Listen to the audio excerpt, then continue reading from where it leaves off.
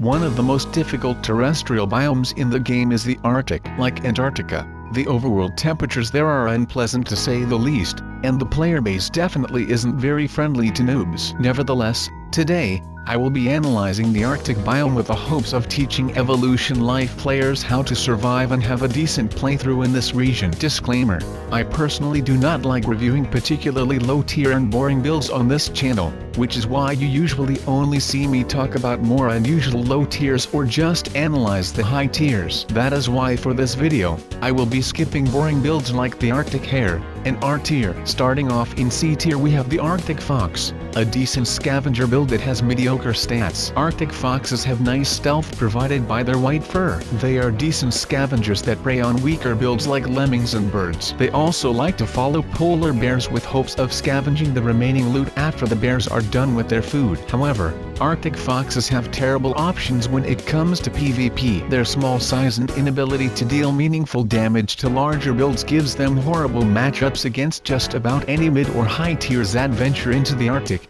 including golden eagles, wolverines and even other foxes. This, coupled with their very mediocre base stats and lack of stellar abilities, makes Arctic foxes one of the less viable predator options for the Arctic. In B tier we have the Reindeer, one of the larger Arctic herbivorous builds. Reindeer have good mobility and decent life, as well as some mediocre damage in the form of large antlers that grow out of their heads. In fact, reindeer are the only builds that grow antlers in both male and female players. This grants increased damage and defense for both types of players. Unfortunately, male reindeer shed their antlers every year. Why they choose to sacrifice their main offensive and defensive tool is beyond me, and the fact that to regrow the antlers requires the player to consume large amounts of XP makes the decision to shed antlers even more ridiculous. Reindeer are herbivorous, which means that they need to constantly find plants in the Arctic in order to level up. Since the Arctic lacks larger plants such as trees, this process can sometimes be a little challenging,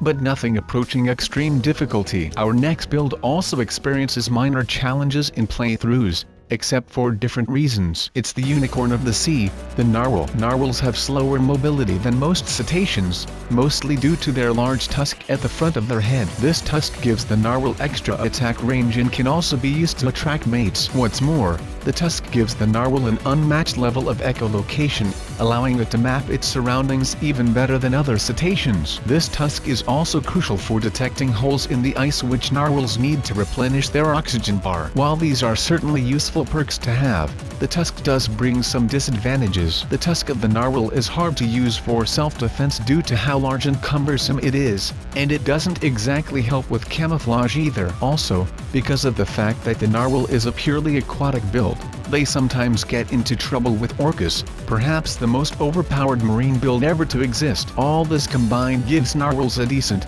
mid-tier spot on the tier list, similar to the beluga whale, a build I won't get too into detail because really, there isn't that much new stuff to talk about. Belugas have decent echolocation and mediocre stats, and like narwhals, they often have unfavorable matchups against orcas. Like I said, not too much to say about this build. So let's move on to the final B tier, the polar bear. Polar bears are some of the largest bear builds in the game. Their large size grants them good damage stats, and their black skin underneath their white fur helps them absorb more heat, a vital trait for surviving in biomes with cold climates. Polar bears also have a decent mobility stat in the water, but unfortunately for them, their degree of aquatic mobility isn't enough to help them deal with the melting ice caps caused by the actions of the ridiculously overpowered humans. More on this later. Other than that, polar bears also lack some of the key components that allow some bears to achieve a high level of success. Despite having some of the highest life and damage levels out of all terrestrial carnivores,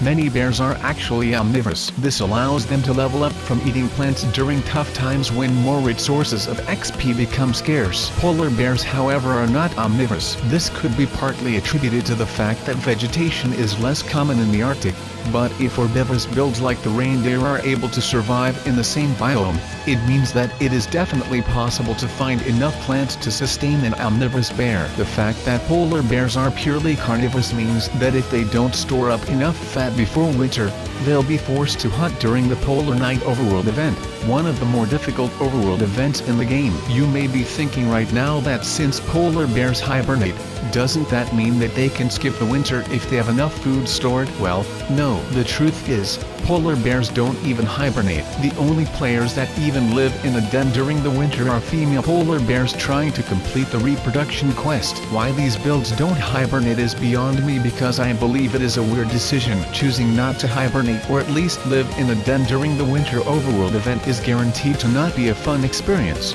And while polar bears aren't exactly scared of the freezing temperatures, the darkness and the difficulty of finding prey make this event tough to unprepared players. Because of all this, I believe that polar bears can go higher than B tier, as they lack some of the key traits that allow builds like the grizzly and black bear to rank higher on the tier list. But back to the Arctic, as this video isn't exclusively about bears. The next build on our list is the Musk Ox, by far the best terrestrial herbivorous option for thriving in the Arctic. Musk Ox are tankier and can deal more damage than reindeer, mostly due to their thick wool and powerful charge attack. The Musk Ox's wool grants it great defense against both the cold and the predators, and its charge attack will make even a polar bear think twice about picking a fight. Their heads are specially designed to withstand shockwaves from ramming predators and opponents such as other Musk Ox. An air pocket located between the skull and the brain keeps these players from damaging this vital organ during mating season, when males will aggressively engage in PvP, each aiming to complete the reproduction quest. Musk Ox also travel in herds of up to dozens of individuals,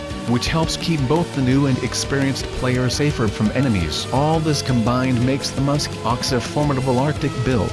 But unfortunately, moss and lichen are some of the only vegetation in this biome, and we all know that those don't give nearly enough XP to sustain a large herbivore like a Musk Ox in small quantities. For this reason, the Musk Ox build is stuck in A tier. Our next build is the Arctic Wolf, a canine build slightly smaller than the Grey Wolf. Arctic Wolves are the only wolf build that isn't currently threatened by human activity, but that doesn't mean they haven't been affected at all. However, this video isn't about humans and the latest balance patch they have brought with them, so back to the Arctic Wolf. These wolves are very similar to the Grey Wolf build, except they have smaller ears, shorter legs and thicker fur in order to better preserve heat. Arctic wolves also live in packs of around 5 to 8 players depending on the amount of food available, and this pack size allows them to prey on Musk Ox on occasions. Then again, this matchup is usually unfavorable to the wolves, as the more experienced Musk Ox often stand around the noobs and form a protective circle,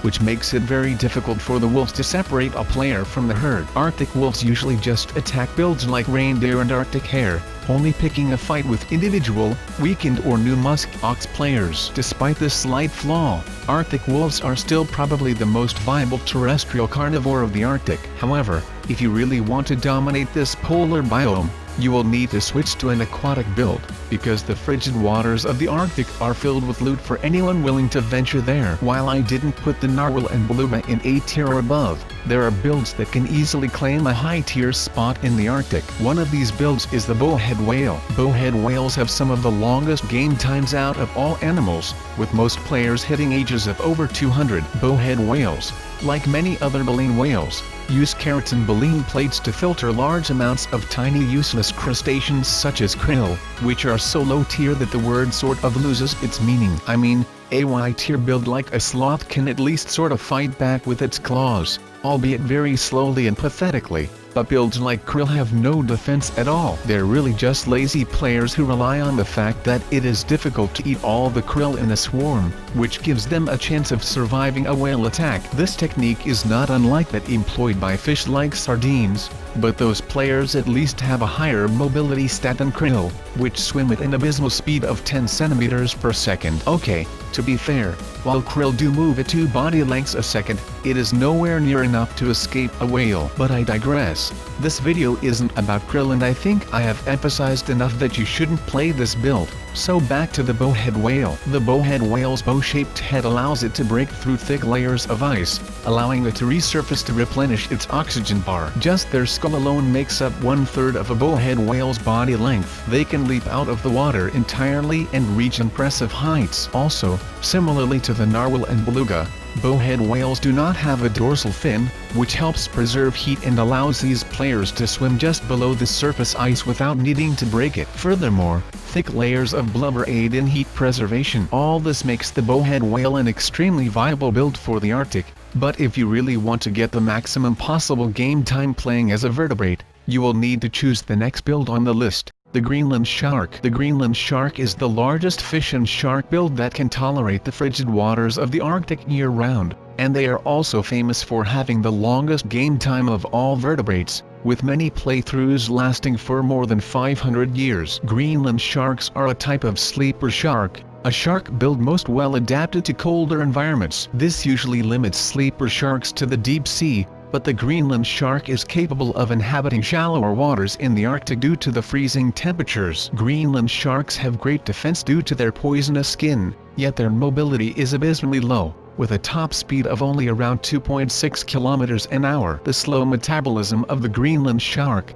coupled with the cold climate, allows these players to achieve an unmatched game time. However, because of their tendency to live in the deep sea biome, little about this build is known by the rest of the evolution life community. However, there is real evidence that suggests Greenland sharks are one of the few builds capable of bringing down a giant squid, yet how this extremely slow hunter accomplishes this is still unknown. Greenland sharks are apex predators, which means that having such a low mobility stat isn't as much of a crippling weakness. Nevertheless, I believe that this fish build cannot rank in S tier. And finally, we have the most viable build of the Arctic other than the orca, the walrus. Walruses are so good at playing in the Arctic because unlike builds such as the bowhead whale, beluga and narwhal, walruses are capable of moving on land as well as in water, giving them a way to escape orcas. That is, unless orcas form a wave to knock them into the water, but really, who can defend against that? Despite the hindered mobility,